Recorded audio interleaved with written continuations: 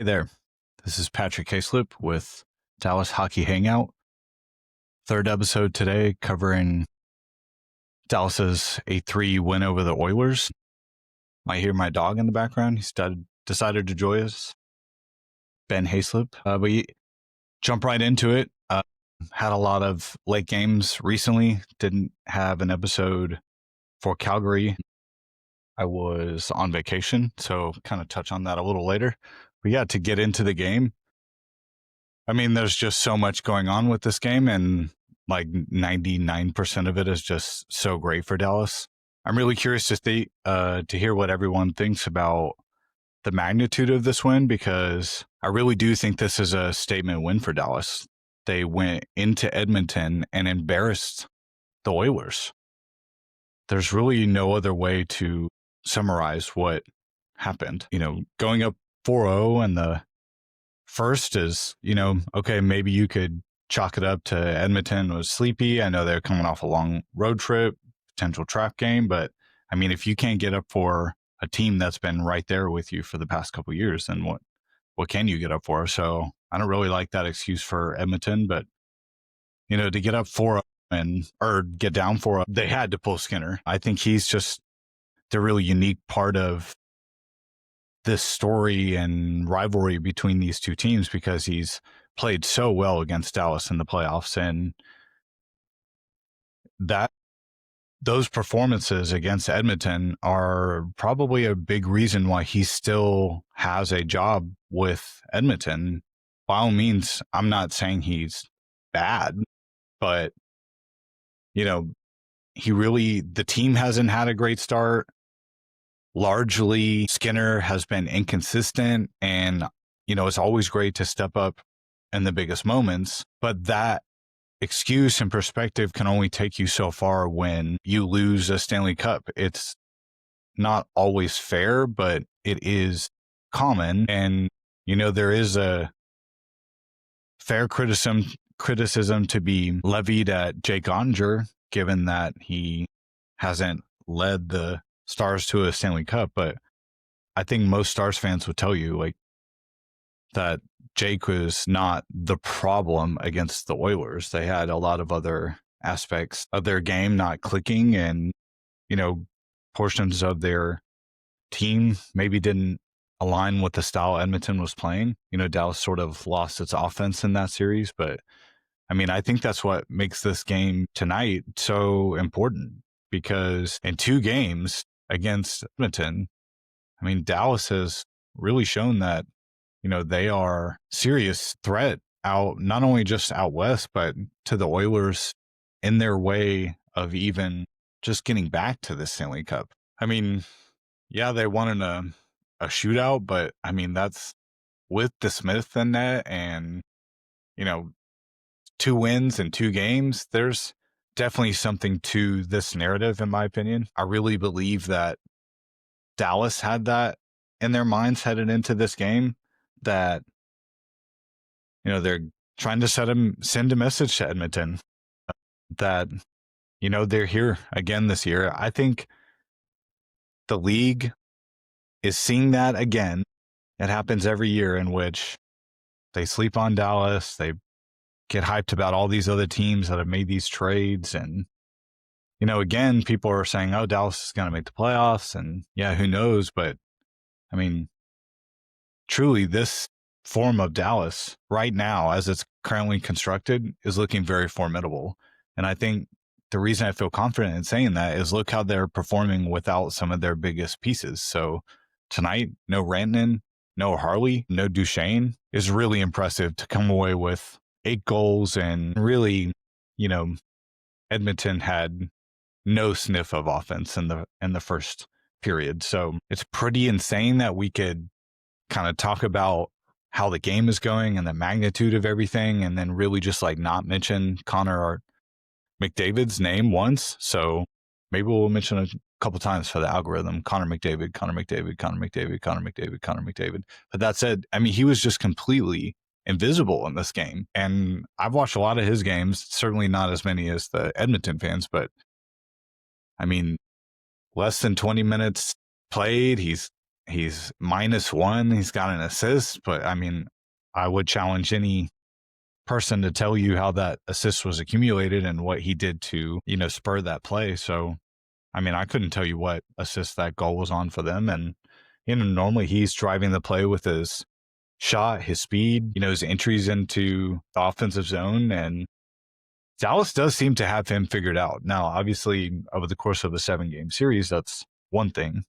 But when Miro Heiskanen is at his full level on this Stars team, they've traditionally held McDavid to what is a pedestrian version of himself.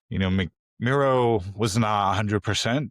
He might have been playing, but let's say he's playing at 90%. Well, you better believe he needs that extra 10% speed against McDavid and the 10% confidence as well to feel like he could make moves and hang with McDavid. I felt like I did see a little bit of indecision from Miro at times during that playoff run last year against McDavid. So, yeah, it's just crazy. He was invisible. And, there were so many Stars forwards that were very visible tonight. I feel like let's launch into Jamie Benn. I mean, what can you say about this guy? Man or machine? Are we still that he is actually human and not like hockey Terminator? Because I really don't know how you can come back from a collapsed lung and, it only take you like a couple games to kind of look like, your old self again. And obviously he'd been ramping up with the team before then, skating, all that. I get that. But I mean, to really see one of those like Benn games that he really is known for, when you see him going and it's like, oh, he's turned it on. The switch is on. This is a Benn game. He gets the goal. He gets a couple posts. How many assists he have on the night? Yeah, an assist. That shot off the post led to the goal for steal. He's looking for a shot, which is a sign that Benn is, right and healthy, because I think he does have a tendency to overpass a little bit when maybe things aren't going, but could apply to any player.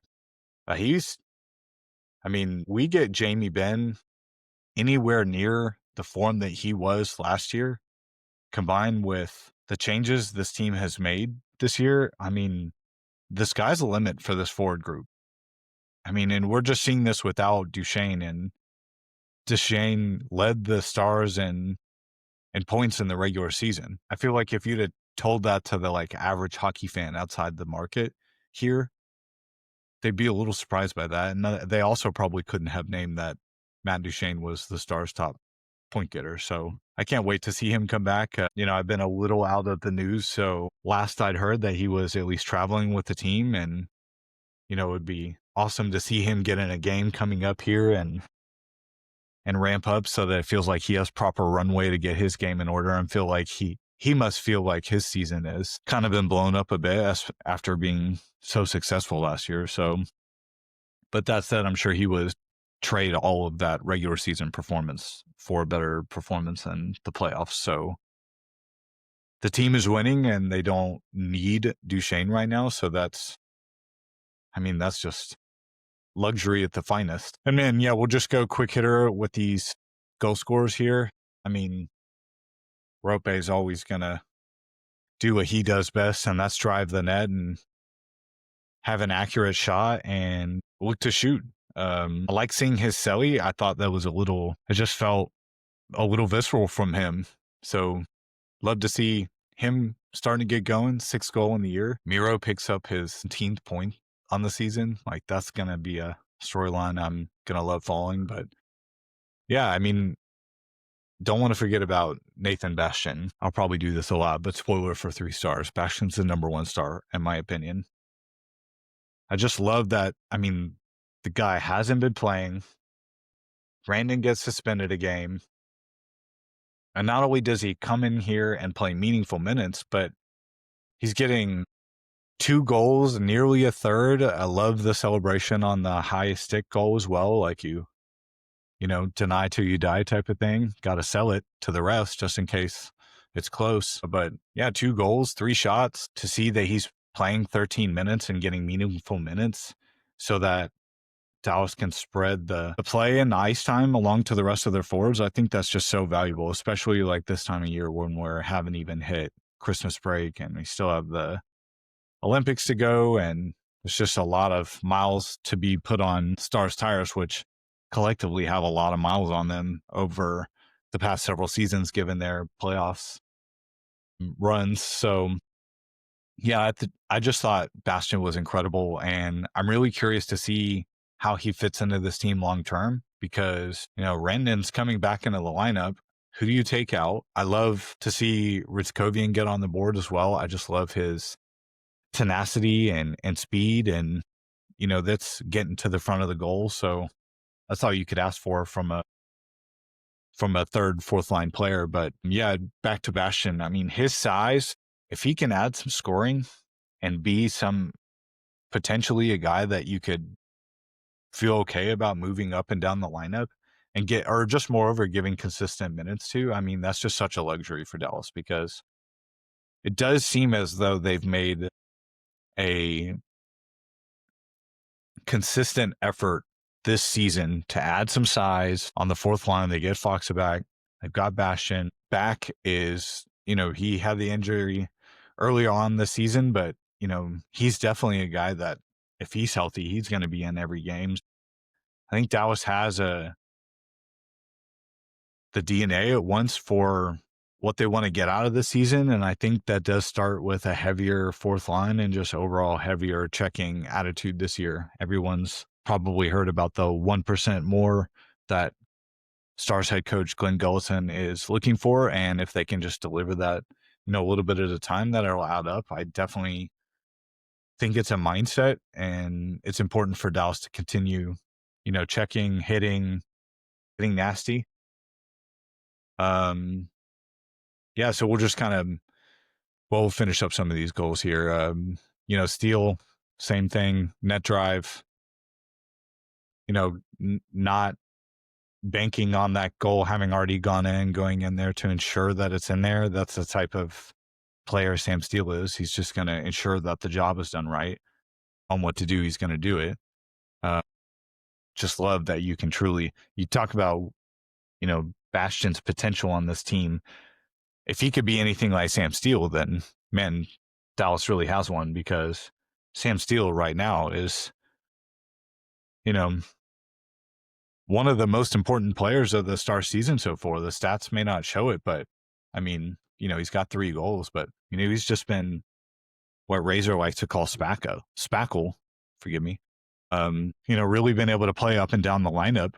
So I think that it's just really important that Dallas continues to get that production up and down the lineup, because they're going to continue to have more injuries, and some guys are going to go down. There's going to be some unfortunate things that happen, I'm sure, just over the course of the season, and Dallas is going to need every one of these depth players. They've needed every one of their depth defensemen, so which is just also another great sign that Dallas is heading in the right direction, because Kolyachonok and Capobianco played 15 minutes. Kolyachonok played 12 minutes. Like, to get these guys valuable experience against a quality team like Edmonton, geez, what do you think that's doing for their confidence right now? Hey, I can play in this league. I can play against McDavid. I can play against Draisaitl. So Dallas is just in such a positive spot right now, operating from a position of strength. They've banked all these points, especially on this road trip already, to where it feels like even when they don't win, it feels like they're kind of winning, because these other guys are getting experience and Dallas is coming together as a team. They are being put in situations that they're not normally used to, and finding their way out of some 2-0 holes and just some adversity. Yeah, 3 stars. I have Bastian as number 1.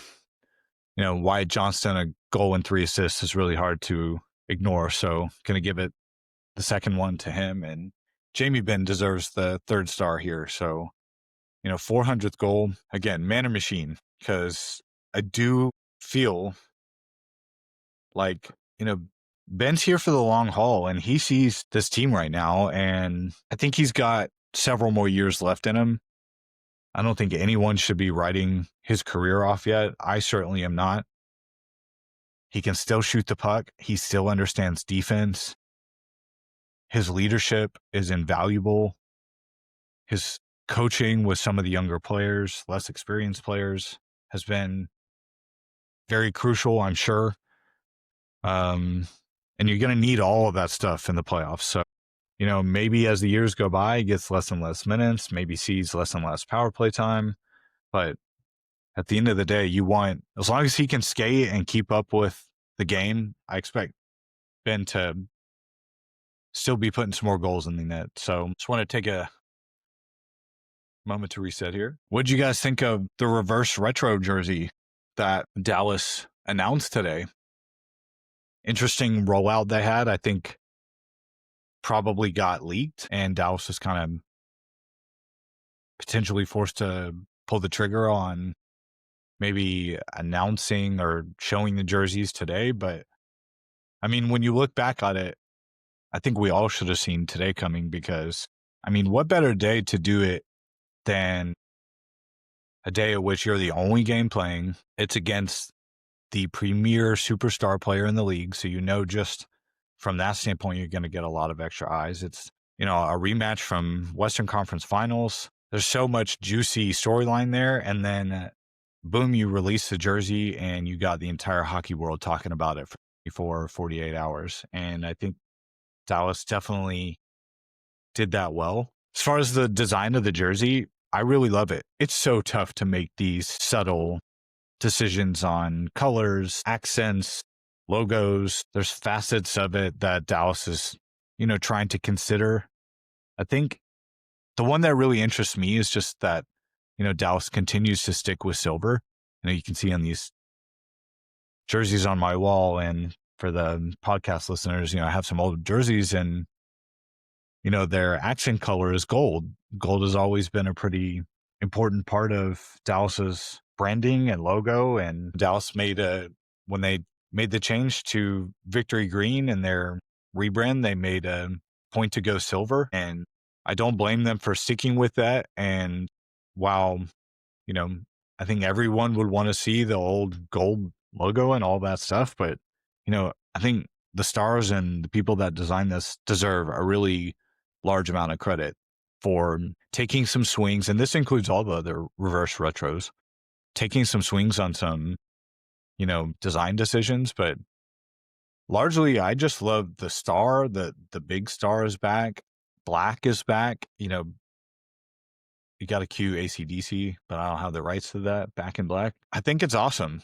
And I think some of the criticisms online, maybe people wanted the interior part to be green and the bottom part black. But, in my opinion, that's kind of too close to what they looked like previously. And I think you've seen with the blackout jerseys and the white on white reverse retro that Dallas is not afraid to take some swings and be unique. And I really do think that's what it's really all about these days, being unique. And I think this jersey accomplishes that in spades. It's really gorgeous to look at. The logo itself is just as classic as it gets. The A and stars being part of the star, just from a graphical design standpoint, is just so cool to see the players wear these. And,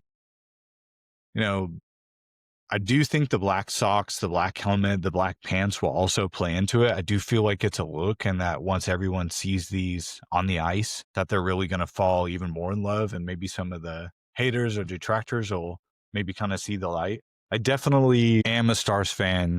I am a journalist and always strive to be biased. So, I'm always going to give my honest opinion, unbiased to be clear. Always want to give my honest opinion first, and, then kind of lean in as a fan. But yeah, I think both sides, they really crushed it with this thing. Aesthetically, it's just gorgeous. The green really complements the black, and dark colored jerseys are just, awesome by nature. And then, last note I'm curious about the rollout of these things, the Stars kind of going right to wearing them in the game against, I believe it's the Kraken at home. No, Utah. Sorry, my mistake. The Mammoth at home. Them rolling them out right away is really interesting, but them doing it, Thanksgiving and making the jerseys available when people are out of town. Not the biggest fan of that. Feels like Dallas has kind of struggled when it comes to jersey releases. It's not making them as available as possible. So I hope that this rollout goes well for everyone that wants one. I certainly will be trying to get one. I love these, and I hate that for the creative team that they potentially had to, drop these a little earlier than they want. But I think that the visibility from the league and, social media wise, I think, is they really got that in spades. I think a lot of the hockey world saw this and loves it largely. You know, considered a massive success. And once we see them in a game, I think we'll really see how awesome they are. So yeah, just kind of finish up a couple last things. I pledge to not be a clickbait podcaster or tweeter or social media person. You're always going to want to, lead with the headline and draw readers in and audience in. But, there was a lot of discourse around Mikko Rantanen, and I think it's a pretty hot topic. And, people are pretty quick to pile on him, both nationally and locally. The hit against Calgary, it was a major. I thought he deserved that major. I wasn't a fan of the major call against the Islanders, but, the refs have a tough job and it's a fast game. They reviewed it and they called those majors. It is what it is. The suspension, I think that was technically automatic. So whatever, but if the, player safety had come down and did some sort of hearing and given him a game, I would have, just been fine with that as well. I don't think Mikko's a dirty player by any means, but he is accruing a reputation at this point. It's unfortunate, but I think he needs to be mindful of that moving forward. I think a lot of people see it. He, has got so many penalty minutes. I think he's leading the league in penalty minutes. I did see the other guys that were up there. I did see that Tom Wilson was up there, and he's a pretty similar player in my opinion because, and this is not defending anything that these guys do. I'm not here to do that. But that said, they're both big guys. I do think that, Moose, he's out there playing hockey. It's a tough sport. It's happening fast. Player have puck, Moose hit puck. I do think that's how it's boiled down to sometimes because, coaches want their players not thinking on autopilot. And, Mikko's game is hitting, dislodging people from the puck and starting the play. And vice versa, if he has the puck, you better believe he's going to do all he can to keep people from getting it. I mean, we saw that about Ethan Frank running into him against the Capitals. So I don't think he's a dirty player. I don't think that some of the discourse around him has been completely fair, but, it's kind of on him to amend that. Certainly, I wouldn't want to see him keep getting suspended because then it's going to get harder and harder to make a case, even when whatever issue is by accident. So be monitoring that, but I'm not here to do, Mikko Rantanen is a bad guy corner. I just won't do that.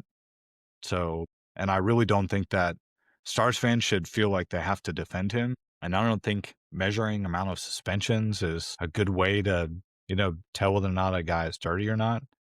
I've never had the inclination that Mikko was dirty when he played all those years with the Avalanche. And now that you see him up close, that hasn't changed my viewpoint. I still view him as a player that, plays on the line. He's a big guy. He's out there trying to be physical. Sometimes big hits happen, take responsibility for it, move on. So yeah, just end with upcoming schedule, last game of the road trip. I think that, it's so funny how you view Dallas's road trip so far because, pretty early into their game against Calgary, you're thinking, oh, they could drop a game at Calgary, is one of the worst teams in the league. All of a sudden you're looking at 1-1, going to Edmonton, you could potentially lose that game and you're just struggling to get a split in your last game. But Dallas doesn't, this is why this is so important win for Dallas is, one more can really just feel like this whole road trip was just a massive success. They get a win against Seattle, you get 7 out of 8 points. I think it's a really fair question to ask, is Dallas a better road team than they are a home team? Because at home, Dallas is really, really good.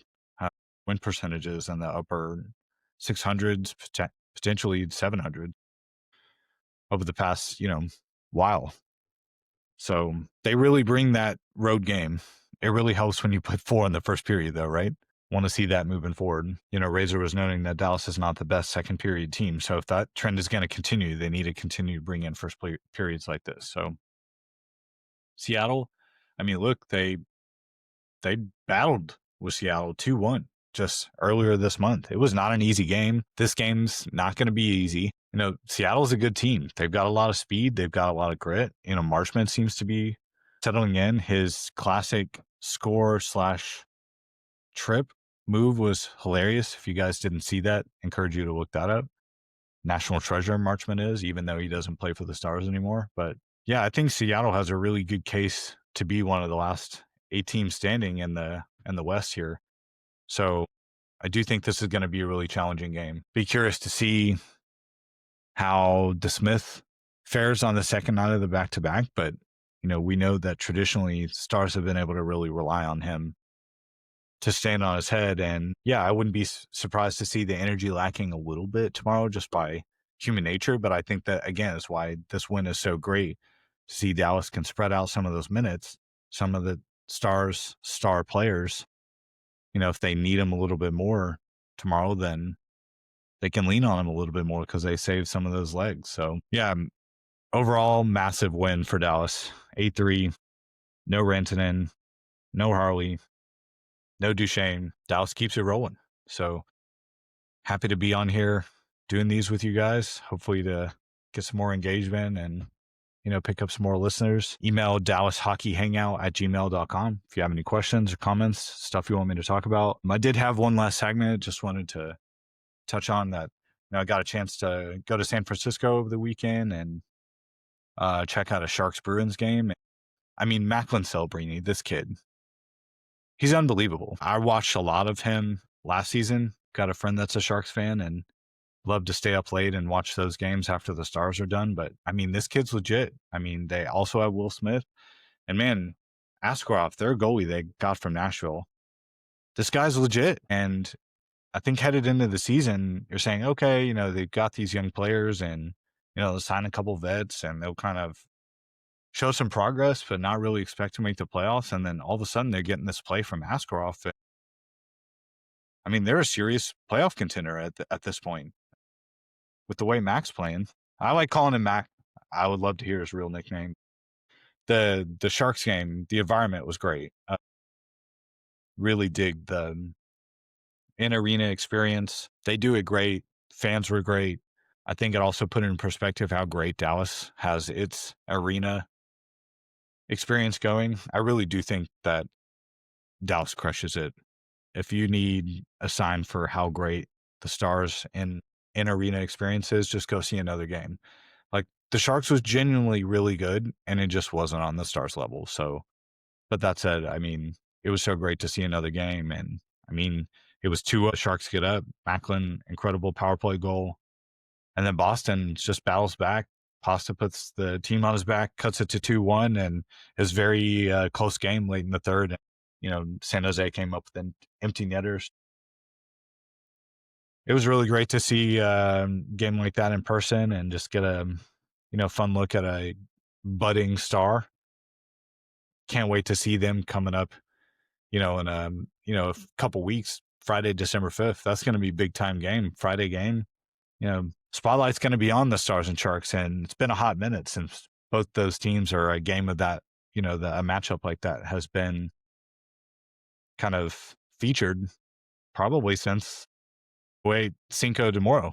So can't wait to see the Sharks in here and just, really enjoyed my time there. Ran into a lot of Stars fans on my trip. So shout out Zane, met him at Muir Woods and saw a couple other Stars fans, largely pretty well represented worldwide and pretty national city. So Stars fans are the best. So catch you guys on then one tomorrow after Seattle game and keep these going. You guys have a good night.